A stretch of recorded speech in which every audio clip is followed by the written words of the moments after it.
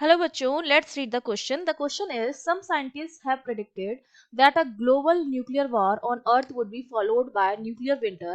What would cause nuclear winter? तो ये इस न्यूक्लियर विंटर को कौन कॉज करेगा? कुछ साइंटिस्ट ने ये प्रेडिक्ट किया है कि आफ्टर न्यूक्लियर वॉर, अगर ग्लोबल न्यूक्लियर वॉर हुआ तो उसके बाद अर्थ पर न्यूक्लियर विंटर रहेगा। इस न्यूक्लियर विंटर का क्या मतलब ये हमें बताना है। तो देखो, हमारा की कॉन्सेप्ट जो रहेगा उसमें सबसे पहले तो हमें पता होना चाहिए कि जब वॉर होगा तो उसके क्या कॉन्सिक्वेंस होंगे। ठीक है। दूसरा हमें पता होना चाहिए कि विंटर की जब हम बात करते हैं तो बेसिकली विंटर में क्या होता है, टेम्परेचर जो होता है वो हमारा क्या होता है, डिक्रीज होता है, जिसकी वजह से हम क्या फील करते हैं, कोल्डनेस फील करते हैं। ठीक है। तो अब देखो, और उस टाइम क्या होता है, स्मोकीनेस रहती है मौसम में। तो इसके क्या होंगे, जब अगर ग्लोबल न्यूक्लियर वॉर हुआ तो अर्थ की सरफेस पर कुछ डिजास्टर्स कॉन्सिक्वेंस होंगे, जिसके बहुत ही ज़्यादा परिणाम जो होंगे वो अच्छे परिणाम नहीं होंगे। तो पोस्ट न्यूक्लियर वॉर क्या होगा, देखो न्यूक्लियर वॉर में हम क्या यूज़ करेंगे, हम यूज़ करेंगे कुछ एटम बम हो गए, परमाणु बम हो गए, वो हम यूज़ करेंगे, न्यूक्लियर बम यूज़ करेंगे। तो पोस्ट न्यूक्लियर वॉर के बाद क्या होगा, जब हम यूज़ कर रहे हैं, तो एक तो जब हम यूज़ करेंगे, बॉम्ब्स यूज़ करेंगे, न्यूक्लियर बॉम्ब यूज़ करेंगे, तो न्यूक्लियर बॉम्ब की वजह से क्या होगा, उसकी वजह से रेडिएशंस निकलेंगी।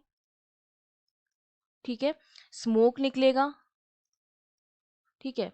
ये रेडिएशन क्या करेंगी, ये ओजोन लेयर का डिप्लीशन करने का काम करेंगी, ओजोन लेयर जो है उसके डिप्लीशन का काम करेंगी। और इसके अलावा ये क्या करेंगी, इस ओजोन लेयर के डिप्लीशन के अलावा ये स्किन डिजीजेस करेंगी। ठीक है। और हमारे एनवायरनमेंट को क्या करेंगी, खराब करेंगी। स्मोक क्या करेगा, जो भी हमारे क्लाउड्स हैं उनको कवर कर लेगा। क्लाउड को क्या कर लेगा, कवर कर लेगा। जितना भी स्मोक है वो हमारे मैक्सिमम पार्ट ऑफ स्काई को क्या कर लेगा, कवर कर लेगा। Sorry, not cloud, sky. ठीक है। ये जो स्मोक होगा वो हमारे स्काई के मैक्सिमम पार्ट को कवर कर लेगा। उससे क्या होगा, अगर इसने मैक्सिमम पार्ट ऑफ स्काई को कवर कर लिया तो देखो, सन की जो रेज होती हैं वो स्काई के थ्रू हमारे कहाँ आती हैं, अर्थ की सरफेस पर आती हैं। ठीक है, इस तरह से आती हैं। अब अगर यहाँ पर हमने कवर इस तरह से स्मोक स्मोक को कवर कर लिया, तो ये जो रेज हैं, सन से आने वाली जो रेज हैं, जो सोलर लाइट जिसको मैं कह सकती हूँ, वो सोलर लाइट जो है वो did not reach the atmosphere, did not reach the atmosphere of earth. वो एटमॉस्फेयर में पहुंच ही नहीं पाएंगी। और ये सोलर लाइट क्या करती हैं, यही सोलर लाइट जो होती है वो हीटिंग इफेक्ट करती हैं, जिसकी वजह से टेम्परेचर जो होता है मेंटेन रहता है, जिसकी वजह से टेम्परेचर जो होता है बढ़ता है। तो हीटिंग इफेक्ट नहीं होगा, अगर सोलर लाइट यहाँ अर्थ की सरफेस पर नहीं पहुंचेगी, एटमॉस्फेयर में नहीं पहुंचेगी, तो हीटिंग इफेक्ट नहीं होगा। हीटिंग इफेक्ट की वजह से टेम्परेचर जो होगा वो क्या होने लगेगा, डाउन होने लगेगा।